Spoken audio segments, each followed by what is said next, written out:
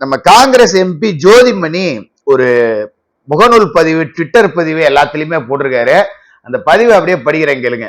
காங்கிரஸ் கட்சியின் தொகுதி தேர்வில் எந்தவித வெளிப்படைத்தன்மையும் இல்லை. வெளிப்படைத்தன்மையோடும் விரிவான விவாதத்திற்கு பின்பே தொகுதி தேர்வு செய்யப்பட வேண்டும் என்ற எங்கள் கருத்தை பொறுப்பாளர்கள் ஏற்றுக்கொள்ளவில்லை.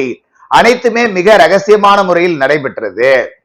காங்கிரஸ் கட்சியின் நலன் முழுக்க சமரசம் செய்யப்பட்டு விட்டது. நம்போன்ற உண்மையான காங்கிரஸ் கட்சி தொண்டர்கள் ஆண்டாண்டு கால உழைப்பை தமிழ்நாடு காங்கிரஸ் கட்சிக்காக ஒரு சிறும்பை கூட கிள்ளி போட்டிராத சிலர் விற்று தின்பதை பார்க்க வேதனையாக இருக்கிறது. இப்படிதான் லெட்டர் எழுதியிருக்காங்க, போஸ்ட் எல்லாம் போட்டிருக்காங்க. கிட்டத்தட்ட காங்கிரஸ்ல யாராருக்கு சீட்டு அப்படிங்கறத செல்வ பெருந்தகை ஒரு சீட்டுக்கு 5 கோடி ரூபாய் வாங்கிட்டு சேல்ஸ முடிச்சிட்டாரு. சில இடங்கள்ல 10 கோடி ரூபாய் வரைக்கும் சீட்டு போயிருக்கு அப்படின்னு சொல்றாங்க. அதுதான் ஜோதிமணியும் சொல்லியிருக்காங்க. அதாவது காங்கிரஸ் கட்சியோட வளர்ச்சிக்காக துரும்ப கூட கிள்ளி போடாத ஆள் யாரு அப்படின்னா நம்ம ஆறுகட்சி அமாவாசை மலவாளி செல்வ பெருந்தகை தான். அந்த செல்வ பெருந்தகை தான் காங்கிரஸுக்காக எந்த உழைப்புமே செய்யாம திடீர்னு உள்ள வந்துட்டு நல்லா காங்கிரஸையும் திமுக வித்து திங்கிறாரு. திமுக கிட்ட வாங்கின சீட்டை காங்கிரஸ் கட்சிக்காரன்ட்டே வித்து தின்னுட்டு இருக்காரு. இதே காங்கிரஸ் கட்சிக்கு ஏற்புடையது அல்ல அப்படிங்கிற ஒரு வாசகத்தையும் பதிவு செஞ்சிருக்காங்க. ரெண்டாவது, தமிழ்நாடு காங்கிரஸ் கமிட்டி அப்படின்னாலே கோஷ்டி பூசலுக்கு பஞ்சமே இருக்காது.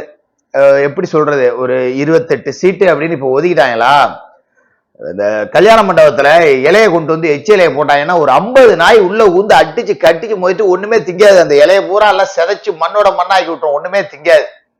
அது மாதிரிதான் இந்த 28 சீட்டு அப்படிங்கிற இலையை கொண்டாந்து திமுக போட்ட உடனே காங்கிரஸ்ல இருக்கிற கோஷ்டி பூசல்லாம் உங்களுக்கு தெரியும். வேட்டி கிழிக்கிறதுக்கு பேமஸான சத்தியமூர்த்தி பவன்ல எல்லாம் எம்பி குதிச்சு அந்த 28 எனக்கு 2 உனக்கு 2ன்னு கடிச்சு இழுத்து தின்னு 28 நாசம் பண்ணிட்டு போவாங்க. வழக்கமா அதுதான் நடக்குது.